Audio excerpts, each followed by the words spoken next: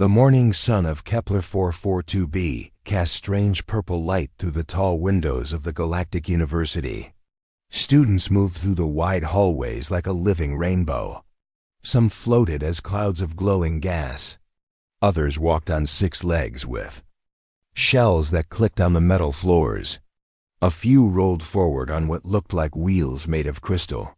Zixara moved carefully between them all. Her body looked like living glass that caught the purple light and threw it back in tiny sparkles. She was nervous about today's class. Advanced xenobiology was hard, enough without worrying about breaking her delicate crystal skin on the furniture. She entered Lecture Hall 7 and found her usual seat in the back. The room was built to hold many different types of beings.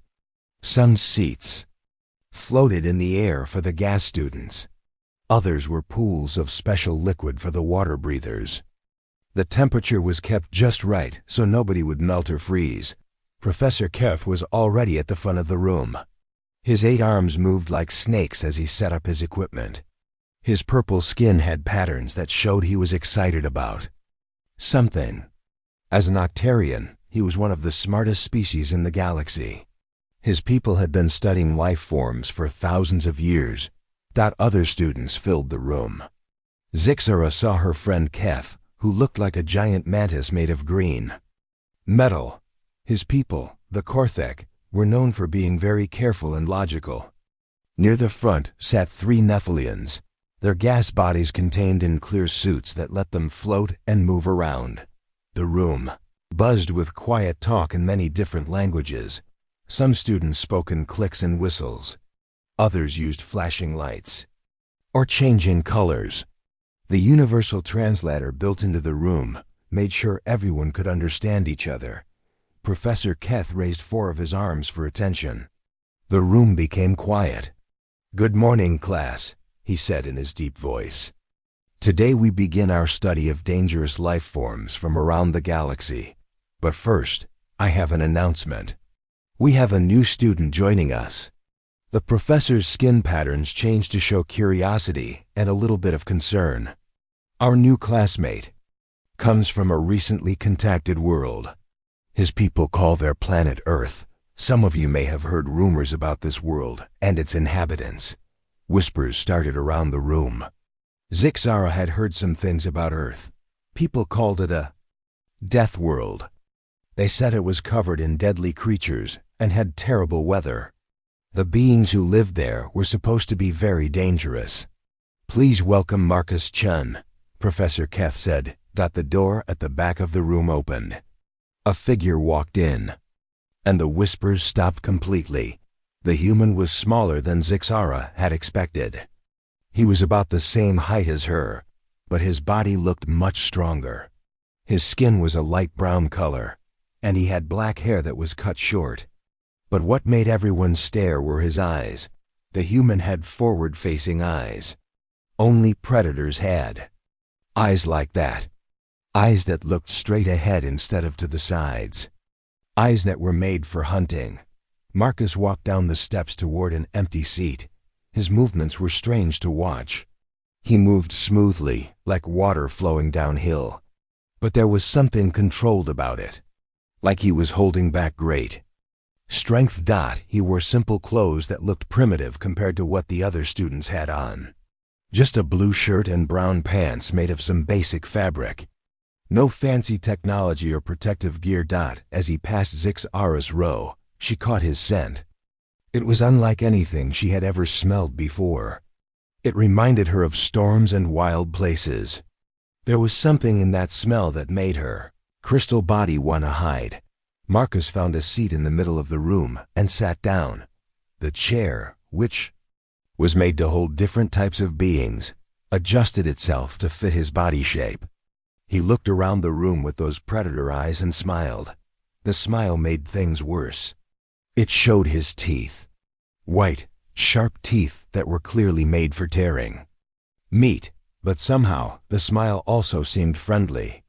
It confused Zixara. How could something so clearly dangerous seem so nice? Professor Keth cleared his throat. "Now then, let us begin today's lesson. We will be studying the classification of dangerous fauna from various worlds. The professor activated a large screen at the front of the room. Images of strange and terrible creatures began to appear. There were things with too many teeth, things covered in spikes, and things that seemed to be made of living acid. As you all know, Professor Keth continued, the galaxy is full of life forms that can be harmful to other species. Today we will learn how to identify and classify these dangers. Marcus raised his hand. Excuse me, Professor. Yes, Mr. Chun?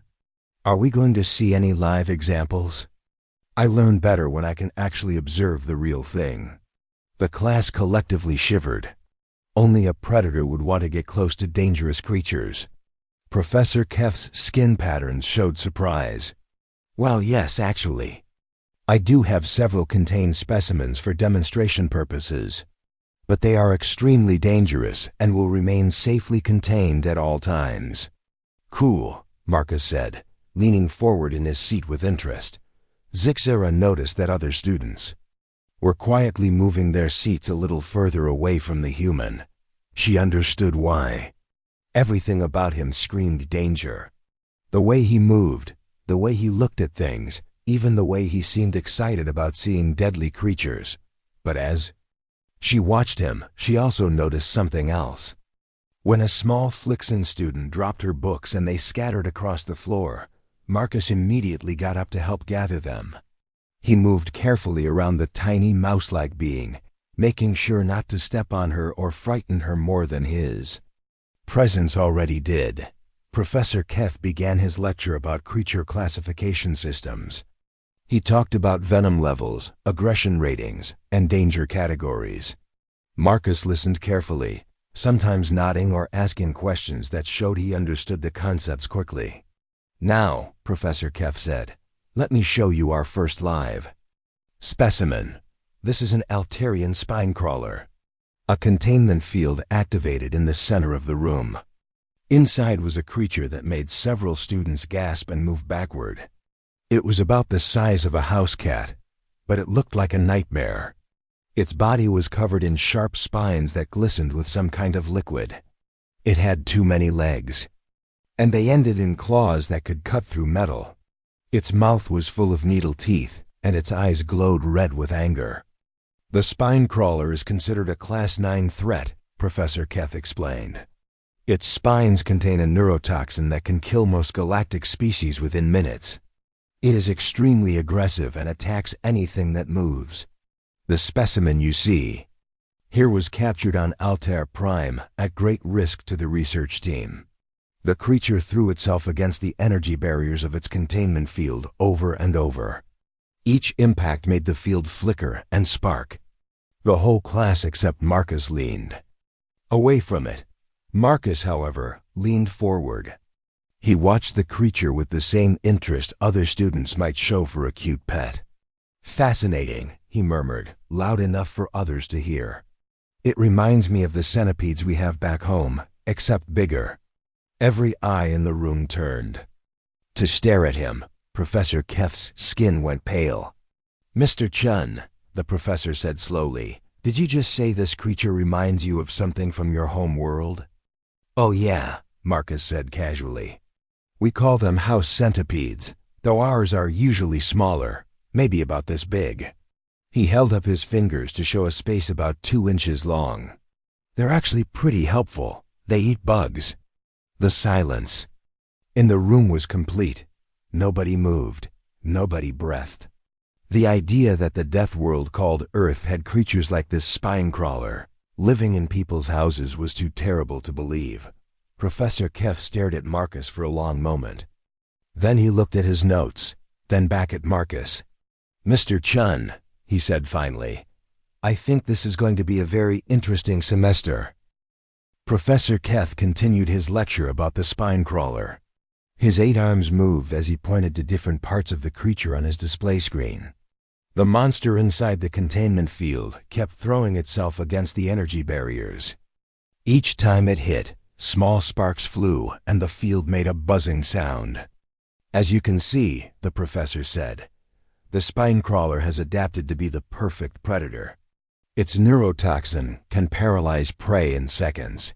The spines on its back can shoot out like arrows when it feels threatened. And its jaw strength is powerful, enough to bite through most metals.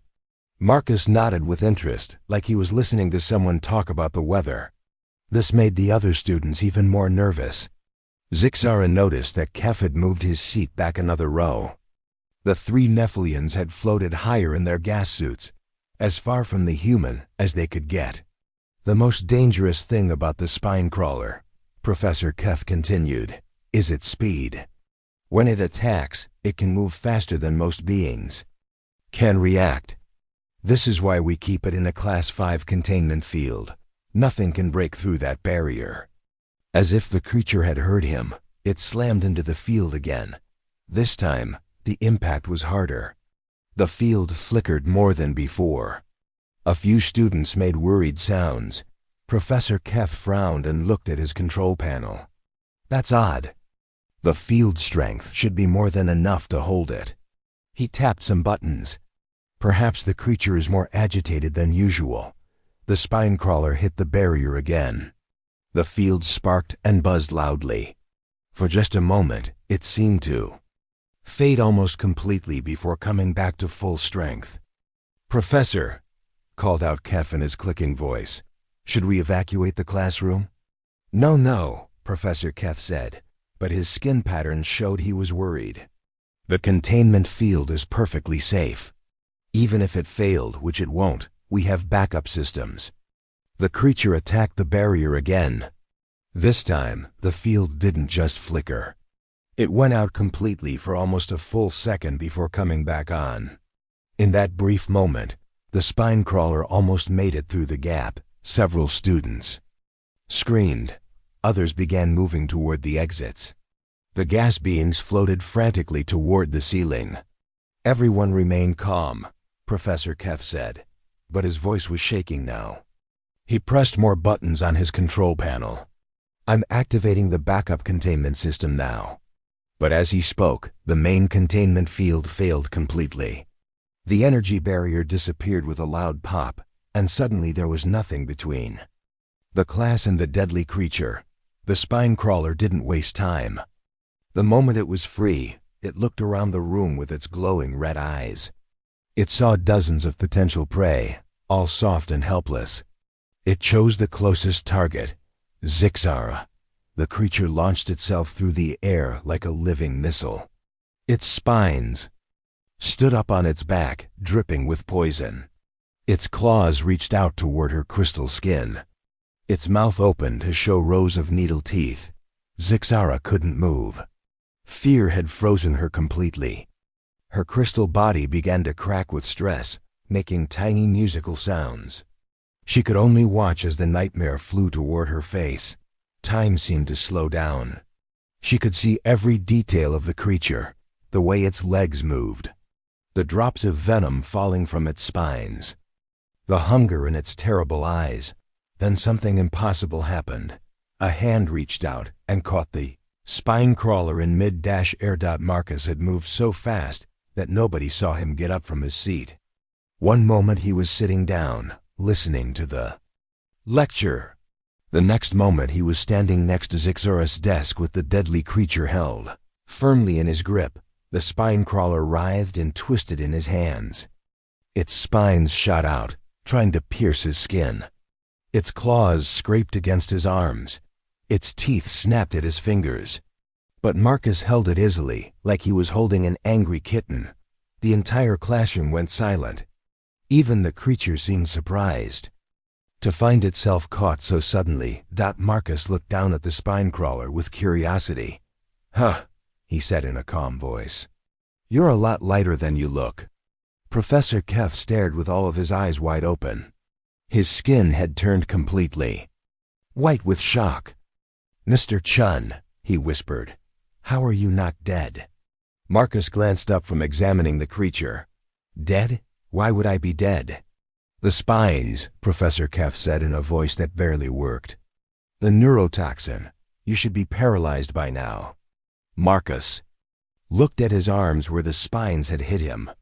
There were small scratches, but the skin wasn't even bleeding much. "Oh, these little pricks?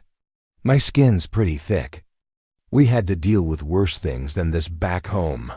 He held the creature up to get a better look at it.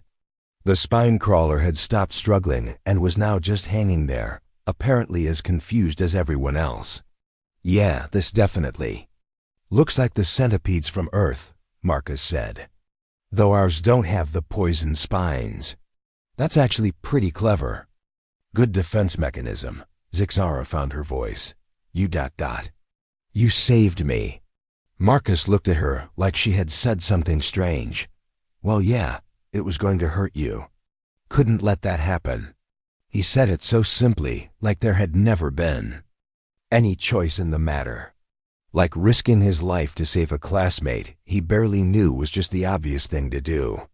"But it could have killed you," Zixara said. Marcus shrugged. "Probably not. I mean, it's dangerous, sure, but it's not that big. Back home we have bears. Those are scary." Professor Keth had managed to reactivate the backup containment field. A new energy cage appeared around Marcus and the creature. But instead of trapping them both, Marcus simply walked through the barrier like it wasn't there and gently placed the spine crawler back where it belonged.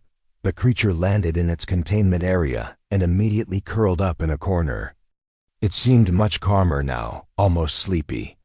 "There you go, little guy," Marcus said softly. "Back to your nice safe cage." He walked back to his seat, stepping through the energy barrier again without any trouble. The barrier was supposed to keep dangerous things in, but it also kept other dangerous things out. It recognized that Marcus was more dangerous than what it was designed to contain. The classroom remained silent. Nobody moved. Nobody spoke. They all just stared at the human who had just caught a deadly predator with his bare hands and then talked to it like a pet. Finally, Professor Keth found his voice. "Class," he said slowly, "I think we need to revise our lesson plan." Marcus looked up from his notes. "Are we still talking about dangerous creatures? Because I have some great stories about sharks." The entire class shuddered as one. Zixara looked at her savior and realized that the most dangerous thing in the room wasn't the spine crawler in its cage, that it was the friendly human sitting 3 seats away from her, smiling like he had just helped an old lady cross the street. Instead of casually wrestling with a creature that could kill most of the galaxy's species. And somehow, that smile made her feel safer than she had ever felt in her life. "Mr. Chun," Professor Keth said carefully, "would you mind telling us more about these ... sharks?" Marcus's smile got wider. "Oh man, where do I even start? They're like swimming missiles with teeth. Some of them can smell blood from miles away. But they're actually pretty cool once you get to know them."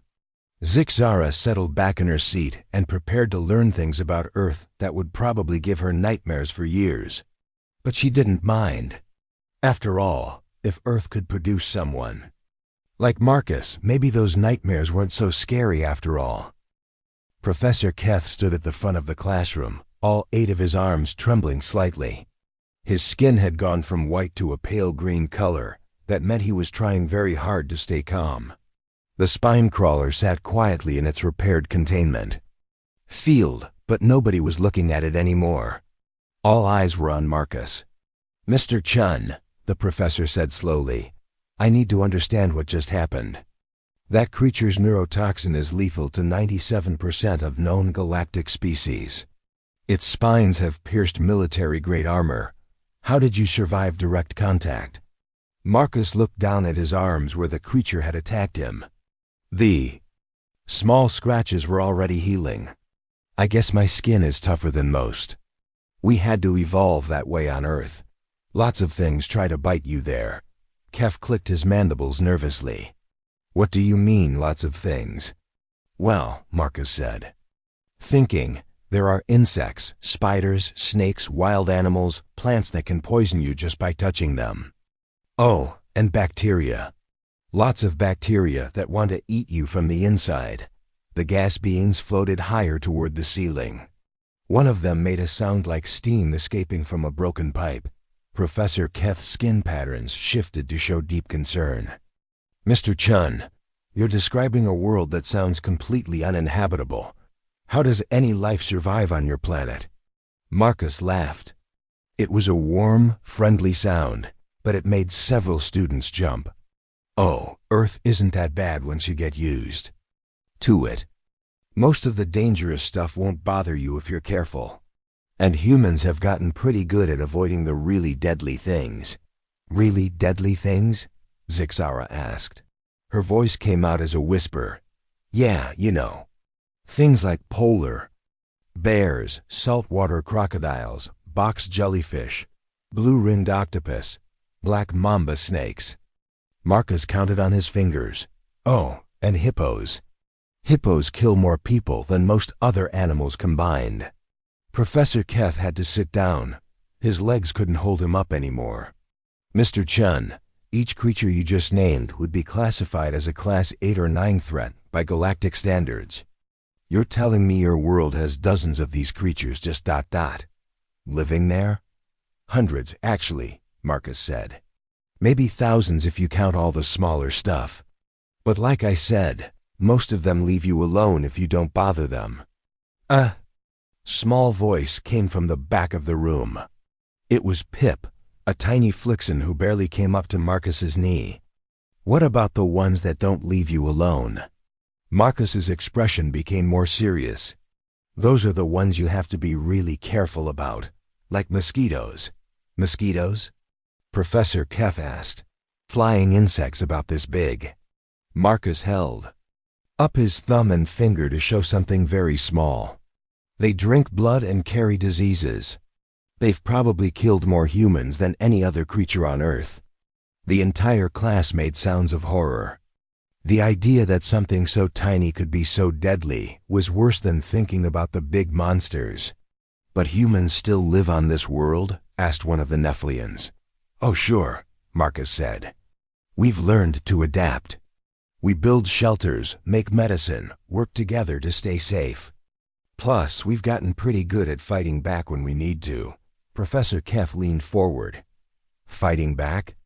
You mean your species fights these deadly creatures? Sometimes. When we have to. But mostly we just try to stay out of their way. Marcus paused. Though some humans do hunt the dangerous ones for sport. The silence that followed was so complete that they could hear the air recycling system humming in the walls. For sport, Zixara managed to say. Yeah, some people think it's fun. They hunt bears with just bows and arrows. Or swim with great white sharks in cages. Or climb mountains where the air is too thin to breathe properly. Marcus shrugged. Humans. Like challenges. Professor Keth was writing notes as fast as his arms could move. This is incredible. Your species has turned survival into entertainment. What about your young? How do you protect your children from all these threats? We teach them early, Marcus said. My mom used to take me camping when I was little. Showed me which plants were safe to eat, how to avoid dangerous animals, what to do if I got lost in the woods. Basic survival stuff. You took children into these dangerous places? Kef clicked in disbelief. How else would they learn? Marcus asked, you can't protect kids from everything forever. Better to teach them how to handle danger when they're young. Professor Keth set down his writing tools. Mr. Chen, I'm beginning to understand why your species was able to develop space travel so quickly after first contact. You've essentially been training for hostile environments your entire evolutionary history. I guess so, Marcus said. We're used to adapting to new places. Earth has every kind of environment you can imagine. Frozen wastelands, burning deserts, underwater caves, mountains taller than clouds. If humans can live somewhere, we usually do. A student near the front raised a tentacle. What about your cities? Surely those are safe? Marcus thought about that. Safer than the wild, sure. But cities have their own dangers. Traffic, crime, pollution, diseases that spread fast when lots of people live close together. Plus, some of the wild animals have learned to live in cities too. Wild animals live in your cities? Professor Keth's skin had turned a color nobody had seen before. Oh yeah, bears go through garbage cans. Coyotes hunt in parks. Alligators live in sewers in some places. There's a city in Australia where giant bats fly around at night. And don't get me started on the rats. Professor Keth stood up slowly. Class, I think we need to completely reconsider our understanding of what makes a species dangerous. He walked over to the containment field holding the spine crawler. The creature was still curled up in the corner, looking almost peaceful.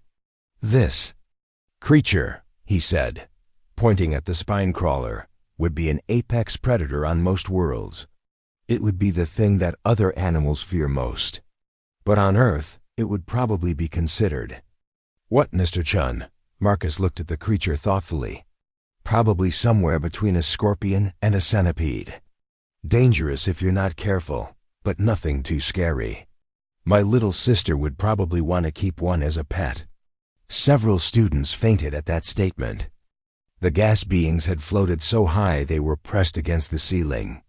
Even Zixara felt her crystal structure vibrating with fear, but as she looked at Marcus, she realized something important.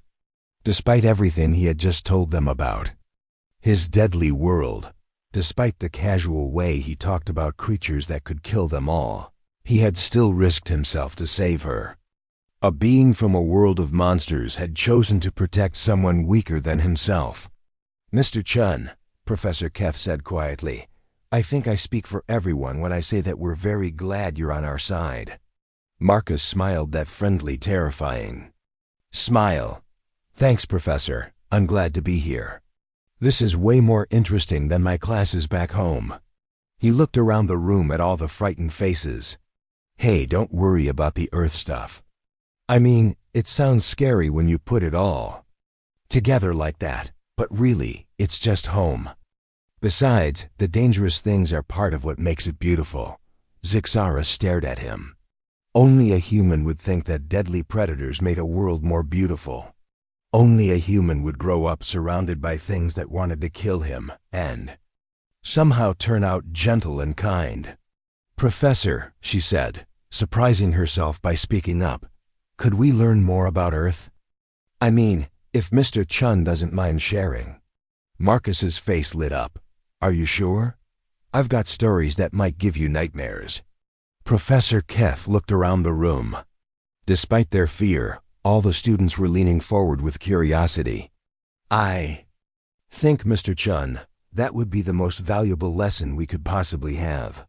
As Marcus began to tell them about his home world, Zixara realized that she was about to learn things that would change how she saw the entire galaxy. And somehow, that didn't scare her anymore. Professor Keth threw his planned lesson out the window. He had been teaching xenobiology for 30 years, but he had never had a chance like this. A real Deathworlder in his classroom, willing to talk about his home planet. Mr. Chun, the professor said, would you mind if we turned today's class into a discussion about Earth's ecosystem? For research purposes, of course. Marcus nodded. Sure, that sounds fun. What do you want to know? Professor Keth activated his recording device. Let's start with something basic. You mentioned swimming with sharks. Could you explain that? Oh, shark diving? Yeah, it's pretty popular. You put on scuba gear and go down in the water where the sharks live. Some people use cages for protection, but others just swim right next to them. The class made collective sounds of horror. Kef's mandibles were clicking so fast they sounded like a broken machine. The sharks don't attack? Asked one of the Nephilians. Usually not, Marcus said. Sharks mostly eat fish and seals. Humans aren't really on their menu. Most shark attacks happen because the shark mistakes a person for a seal. Most attacks? Zixara squeaked, double quotes, well, yeah. I mean, they're still predators. Sometimes they do bite people. But more people die from lightning strikes than shark attacks. Professor Keth paused his writing. Lightning strikes? Yeah, when electricity comes down from storm clouds. It can hit people and kill them instantly. Your planet's weather tries to kill you too, Marcus laughed. Weather on Earth can be pretty intense. We have storms with winds that can knock down buildings, tornadoes that can pick up cars and throw them around, hurricanes that flood entire cities, blizzards that bury everything in ice and snow. He thought for a moment. Oh, and sometimes the ground shakes so hard it splits open. We call those earthquakes. And we have mountains that explode and shoot out melted rock. Mountains that explode? Professor Keth's voice cracked. Volcanoes. The melted rock is called lava. Some people actually climb volcanoes to look into them. There are scientists who study them by getting really close to the lava. The professor's skin had turned a shade of purple that meant his brain was having trouble processing information. Your people willingly approach exploding mountains? Science is important, Marcus said with a shrug. Besides, most volcanoes give warnings before they explode. Usually? Well, sometimes they don't. That's what makes it exciting. At that moment, something started beeping on Professor Keth's control panel. He looked at his instruments and frowned. That's odd. The containment field for specimen B7 is showing fluctuations. He pressed some buttons and another energy cage appeared next to the spine crawlers.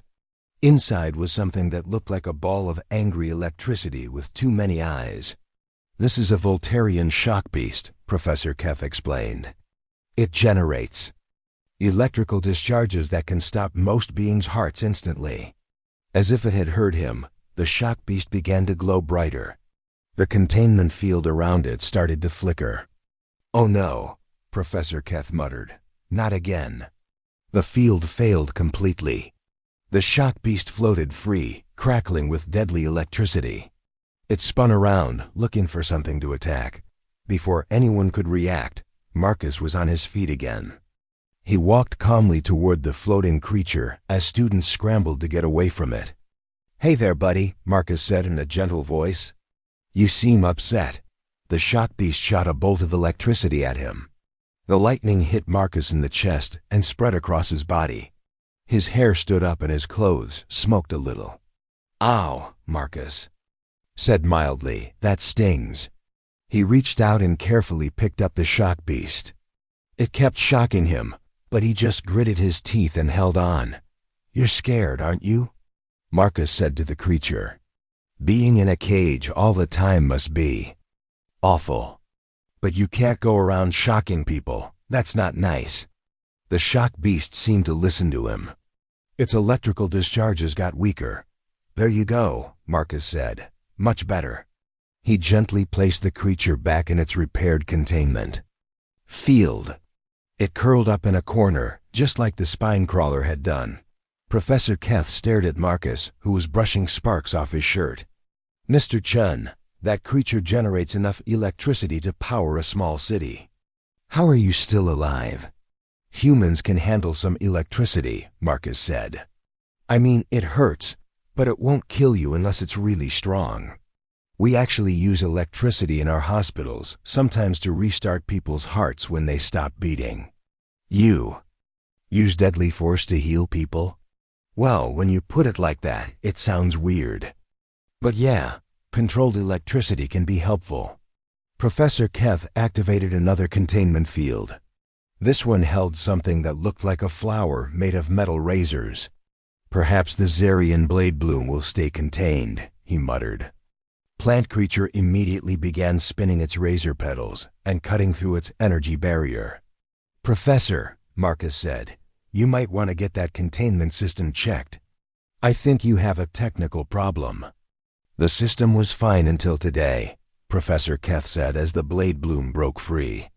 This is the third failure in one class period. Marcus walked over to the spinning plant creature. It shot its razor petals at him like throwing knives. He dodged most of them, and the ones that hit him just bounced off his skin and clothes. You're just hungry, aren't you? Marcus said to the plant. He pulled a sandwich out of his backpack and broke off a piece. Here, try this. He fed the bread to the blade bloom. The creature stopped spinning and made a sound like a cat purring. Most aggressive behavior comes from fear or hunger, Marcus explained as he petted the deadly plant. Once you figure out what they need, most creatures are pretty easy to work with. The blade bloom followed Marcus back to its containment field like a happy dog. Professor Kef looked at his control panel. 3 more warning lights were blinking. "Mr. Chun," he said weakly, "I think all of my specimens are going to escape before this class is over." "That's okay," Marcus said. "I don't mind helping out. This is actually really educational." "We don't have creatures exactly like these on Earth." "You don't?" Zixara asked. "Nope. Earth creatures use different survival strategies. Like we have electric eels that shock things, but they live in water. And we have plants that eat meat, but they don't have metal parts." Professor Keth's control panel lit up like a festival display. Every containment field in the room was failing. "This is impossible," the professor said. "These systems are designed to never fail." Marcus looked around the room as creatures began escaping from their cages. Instead of panicking, he seemed excited. "Wow, this is like a zoo breakout," he said happily.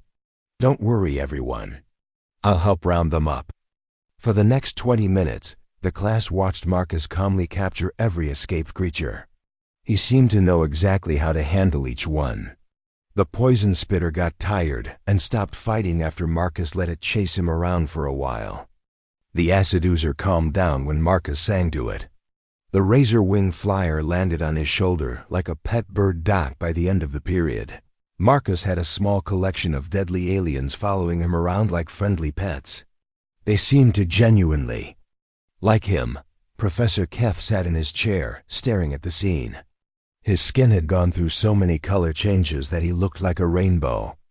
"Mr. Chun," he said finally, "I have been studying dangerous creatures for 30 years. I have never seen anything like what just happened here." Marcus looked around at his new animal friends. "They're not really dangerous once you understand them. Most creatures just want to be safe and fed and maybe get a little attention now and then." He gently guided each creature back to its proper containment field. They went willingly, some of them making sad sounds like they didn't want to leave him. "Same time next week, Professor?" Marcus asked as he picked up his backpack. Professor Keth nodded slowly. "Yes, Mr. Chun. I think I'm going to need to completely redesign this course." As students filed out of the classroom, they whispered excitedly about what they had just seen. Zixara lingered behind, watching Marcus say goodbye to the creatures. "How do you do it?" she asked. "Do what?" "Make everything seem so safe." Marcus thought about that. "I guess because nothing is really safe or unsafe by itself. It's all about how you approach it. If you're scared, creatures can sense that, and they get scared too. But if you're calm and respectful, most things will be calm back." Zixara looked at the creatures in their cages. They were all peaceful now, resting quietly. "On my world," she said, "we avoid anything that might be dangerous. We build barriers and keep away from anything that could hurt us." "That works too," Marcus said. "But you miss out on a lot of interesting things that way." As they walked out of the classroom together, Zixara realized that Marcus hadn't just changed how she thought about dangerous creatures. He had changed how she thought about danger itself. Maybe being safe all the time wasn't the same thing as really living. The classroom slowly emptied as students filed out, their heads buzzing with everything they had just witnessed. Kef clicked his way past Marcus, keeping as much distance as possible while still managing a polite nod. The Nephilians floated out in a tight group, whispering to each other in their gas language about the impossible things they had seen. Professor Keth remained at his desk, frantically writing notes about the day's events. His 8 arms moved like he was conducting an orchestra, trying to record every detail before he forgot anything. This was the kind of discovery that would change xenobiology textbooks across the galaxy. Zixara stayed in her seat, watching Marcus as he made one final check on the contained creatures. He moved from cage to cage, making sure each animal was comfortable and calm. The spine crawler actually pressed against the energy barrier when Marcus approached, like it wanted to be petted. "You don't have to worry about them anymore," Marcus said to Professor Keth. "I think they were just stressed from being in small spaces for too long. Maybe try giving them bigger cages and some toys to play with." "Toys?" Professor Keth looked up from his notes. "For deadly predators? Sure. Even dangerous animals like to have fun. The shock beast probably likes things that conduct electricity. And that blade bloom seemed to enjoy having something to cut up." Marcus pointed to the plant creature, which was now peacefully spinning its petals at a much slower speed. "Maybe give it some metal scraps or old equipment to practice on." Professor Keth added this to his growing list of notes. "Mr. Chun, would you be interested in helping me redesign the creature care protocols? Your insights could be invaluable." "I'd love to," Marcus said. "But I should probably focus on my regular studies too. I'm here to learn about galactic biology after all." "After today, I think you might end up teaching us more than we teach you," Marcus laughed. "I doubt that. You guys know way more about alien life than I do. I just know about Earth stuff." As he spoke, Marcus was putting his things into his backpack. Zixara noticed that his books were held together with something that looked like sticky tape, and his bag was made of some rough fabric instead of the smart materials most students used. Everything about him seemed simple and practical, like he was used to making do with whatever was available. "Mr. Chun," Professor Keth said, "I have to ask. After seeing how you handle dangerous creatures, I'm curious about your future plans. Are you studying to become a xenobiologist like us?" Marcus shook his head. "Actually, I'm majoring in engineering. I want to design better life support systems for space stations and ships. Earth taught me a lot about creating safe environments."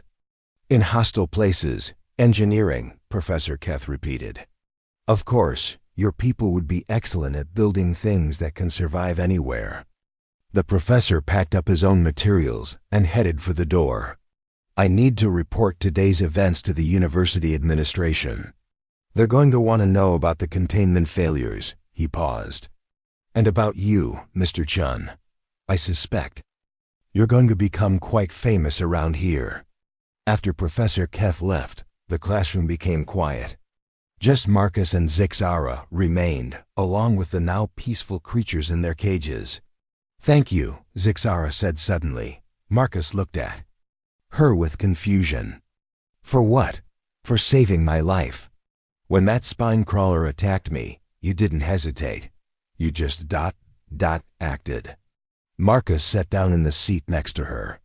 Up close, Zixara could see that he had small scars on his hands and arms. Old wounds that had healed long ago. Evidence of a life spent dealing with dangerous things. "Anyone would have done the same thing," Marcus said. "No," Zixara said firmly. "They wouldn't have. They couldn't have.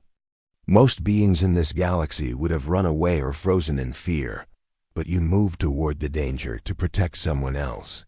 Marcus seemed uncomfortable with the praise. "I just did what felt right. Besides, that little guy wasn't really trying to hurt anyone. He was just scared and confused."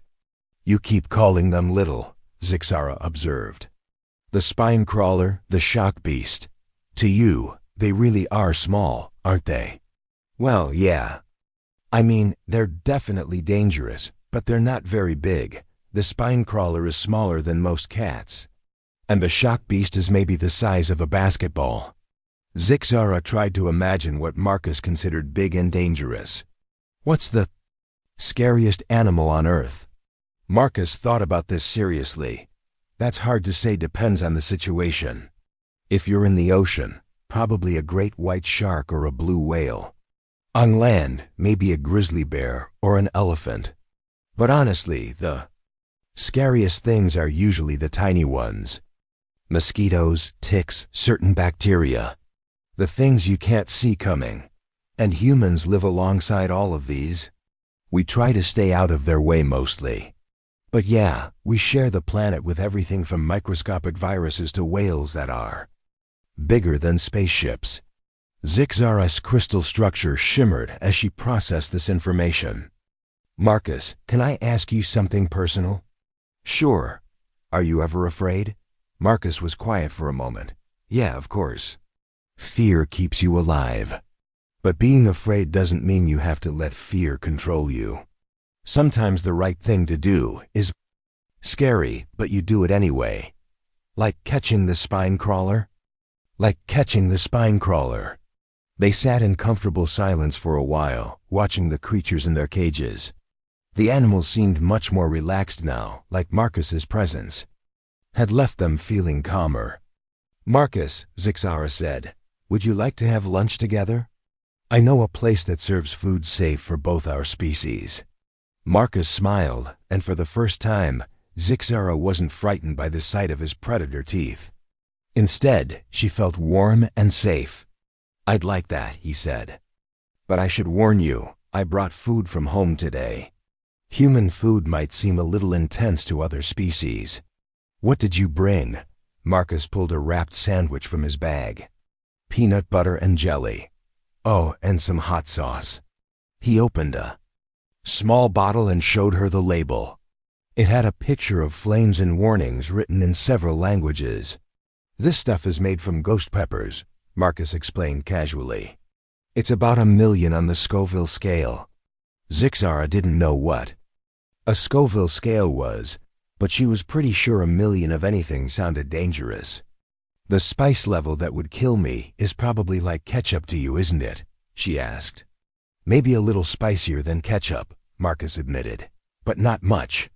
As they walked out of the classroom together, Zixara reflected on everything that had happened. A few hours ago, she had been terrified of the human student. Now she was having lunch with him. Marcus, she said as they entered the hallway, what's it like? Growing up on a world where everything is trying to kill you? Marcus considered this as they walked. I guess you don't really think about it that way when you're living it.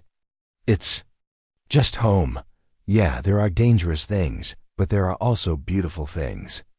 Sunsets over the ocean, snow on mountains, animals playing with their babies, flowers that smell amazing.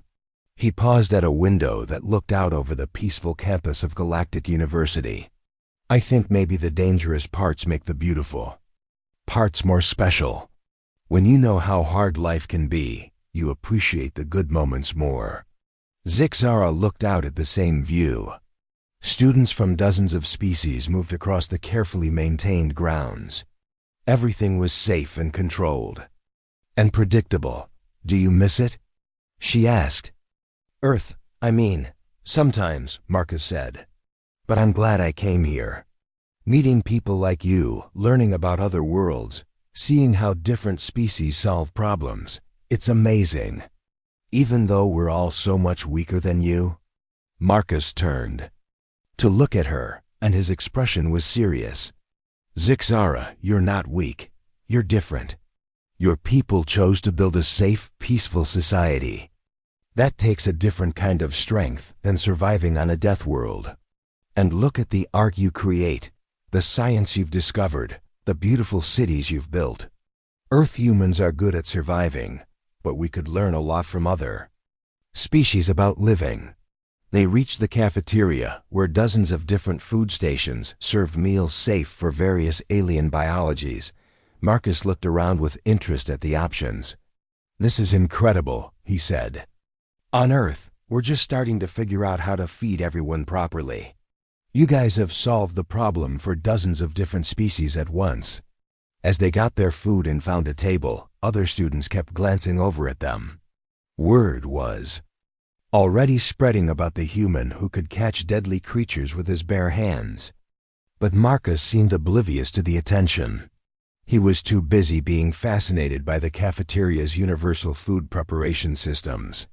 Marcus, Zixara said as they sat down, I'm glad you're here. Thanks, he said, carefully avoiding getting hot sauce on anything but his own food. I'm glad I'm here too. I have a feeling this is going to be a very interesting semester. Looking around at all the curious and slightly frightened faces watching them, Zixara couldn't help but agree. The galaxy was about to learn a lot about humans. And somehow she didn't think they would be disappointed. After all, if Earth could produce someone like Marcus, someone strong enough to fight monsters, but gentle enough to comfort them, then maybe Deathworlders weren't something to fear. Maybe they were something to aspire to be.